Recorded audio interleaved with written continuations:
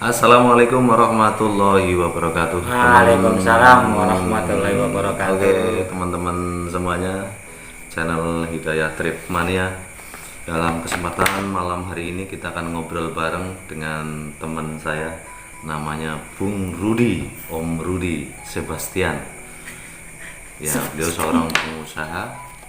Ini usahanya kembang goyang ya. Jangan lupa kembang goyang Jatisari dari Kalijati.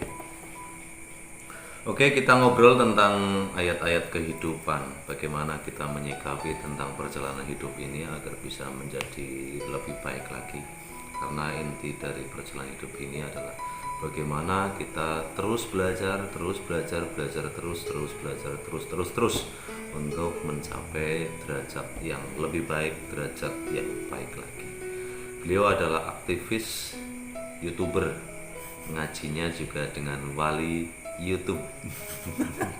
Bisa Pak. Wali YouTube. Sedangkan saya adalah admin dari Hidayah Trip, channel Hidayah Trip. Mudah-mudahan bisa bermanfaat untuk kita sekalian. Tuh kan, lihat aja settingannya udah sanggah kepala. Begitu beratnya masalah hidup, tetapi dengan ngaji di wali YouTube ada hikmah-hikmah yang bisa didapatkan. Tapi jika kurang pemahaman, ya kita obrolkan bersama-sama ya, bagaimana kita bisa menemukan solusi yang terbaik untuk lebih baik. Begitu. Gimana kabarnya, Bos? Laras kan? Waras Kang ya. Iya. Suwe ora ketemu. Tuhan nggak akan sampai. Karena Tuhan itu bukan materi, Bos. Kalau Tuhan itu materi, nanti Tuhan sama dengan makhluk. Kalau Tuhan bersifat materi, berarti harus ada tempatnya. Tempatnya di mana Tuhan? Padahal Tuhan membutuhkan tempatnya. Butuh sosok. Sing ngarane pikiran butuh sosok. Kadang harus yang urung bisa merasakan kan hanya bisa mung sekedar kayak nyong lah. Bisa hanya mung sekedar bisa kowe memikirkan, membayangkan. Pasalnya sing ngarane apa ya, karena sing urung bisa merasakan akan keberadaan Tuhan itu kan hanya bisa mung memikirkan. Iya kan, sementara sing urung bisa kayak merasakan. Contoh aku dewe dalam makna yang bukan sesungguhnya ya. Padahal kan Tuhan itu kan bukan bahasa pikiran. Iya. Apa ya, masuknya ranah perasaan kan. Pikiran kan orang bisa merasakan, Mbak. Lah, anak-anak zaman sekian kok kayak gitu, Mbak. Iya. Berarti kan dalam sebuah ungkapan kan kemarin, sesungguhnya manusia tidak bisa berpikir sampai Tuhan. Tidak bisa memikirkan tentang ciptaannya rampung-rampung. Harus memikirkan sampai Tuhan. Tuhan itu bisa dirasa, tapi beda dengan perasaan. Bedanya apa? Bedanya akeh.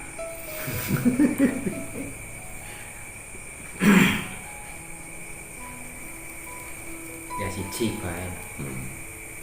Ora contoh jan wong goblok angel, Mbak, boleh mudeng nang, Mbak. Ngaruh tuh sing IAIN.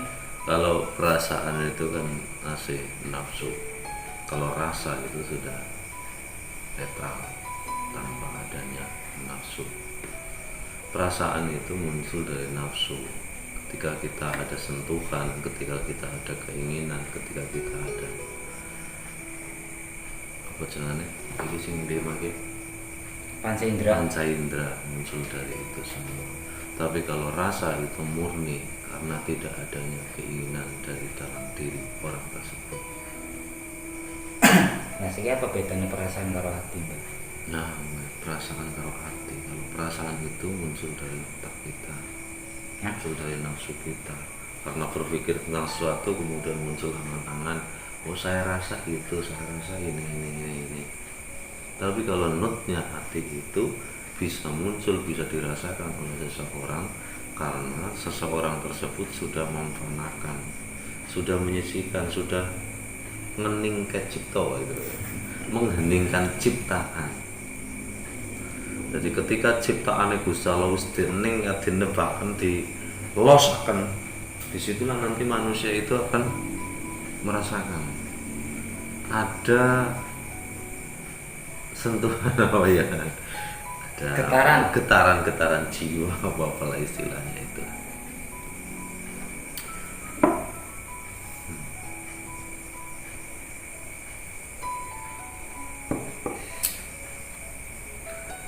Jadi jangan heran ketika ada suatu ungkapan Tuhan itu ada dua. Jangan-jangan bukan Tuhan tapi hantu. Hantu. Tuhan apa hantu? Hantu adalah anggapan suatu Tuhan tetapi yang didasari dengan nafsu diri. Sedangkan Tuhan yang sebenarnya adalah ketika seseorang sudah meniadakan tentang nafsu diri, keinginan diri seseorang. Wasdol. Itu langkah-langkahnya kan ada itu para ahli tasawuf ya. Ahli tasawuf mereka hidup sederhana, mereka hidup menggunakan pakaian seadanya, sewajarnya. Berarti orang berkarya? Ya berkarya. Yang seadanya? Ya seadanya, karena manusia itu menggunakan tuh tangan, ya segutule, semampune. Apa yang sudah Allah berikan kepada kita itu sangat terbatas. Yang dimaksud seadanya adalah sedetik setengah lek dua sikil yang gue kerja, gue melaku, dua tangan yang gue jikot, gue pahal, gue macul, gue apa baik kamu. Dan yang tasawuf orang lebunan gue mbak. Kenapa? Tarekat, takekat, kan tasawuf gitu. Iya. Orang Ya, tasawuf itu kan kelompoknya, kelompok yang mengamalkan ajaran syariat, tarekat, takekat, rifat, sufi. Nah, suf itu kan berasal dari kata wul, karena waktu itu kelompok orang-orang yang berjalan menuju toriko, menuju kepada Allah, itu rata-rata menggunakan baju wol yang waktu itu memang baju yang murahan waktu itu. Dari kata wol berarti bulu domba. siapa temen? Ya, karena ya itulah bajunya masih menggunakan itu, sederhana, tidur-tidurnya di pinggir masjid, teras serambi masjid, hidupnya sederhana, tidak melakukan aktivitas-aktivitas yang aktivitas itu akan dikhawatirkan menjadikan tumbuhnya nafsu diri seseorang.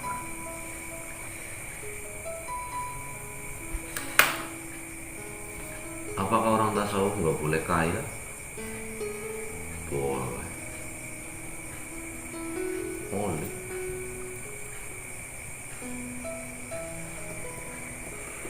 Nabi Sulaiman ya sugih.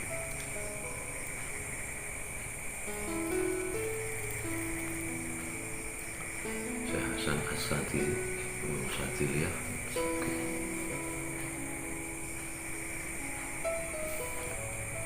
Wong Jawa sing tasawuf ana mbah. Yo, Wong beda jeneng tok beda berarti. jeneng. Nang kana nang arep tasawuf nang kene apa iki? Iya, Kowe iya. Beda istilah saja. beda istilah. Iya. Berarti nang Jawa wong tasawuf yang ngaduk Ya ngaduk. Betul. Wong syariat kan nang kana Arab iki. Nang kene ya wong syariat ya kayak Ya, suara kecil yang apa? ya, kan anak sing apa arane torek malu toreko itu kan anak ya nang Jawa juga ya anak torek kote gue ya mbak Ya.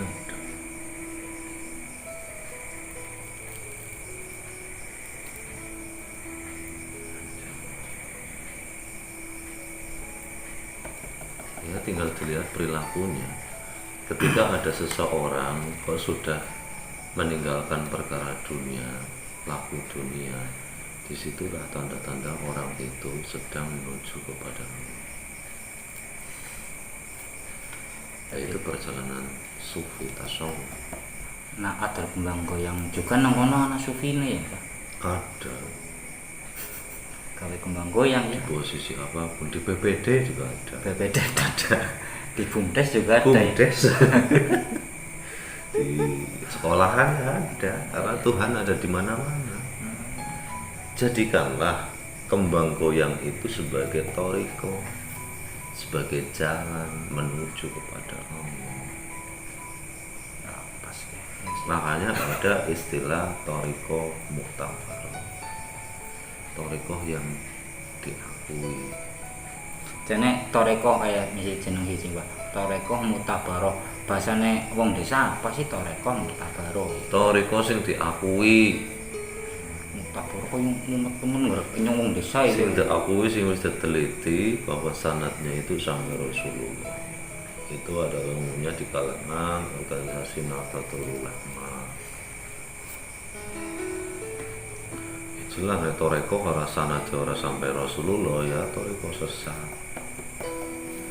Kembang goyang itu bisa menjadi toreko jika apa yang dilakukan oleh jenengan, Ya.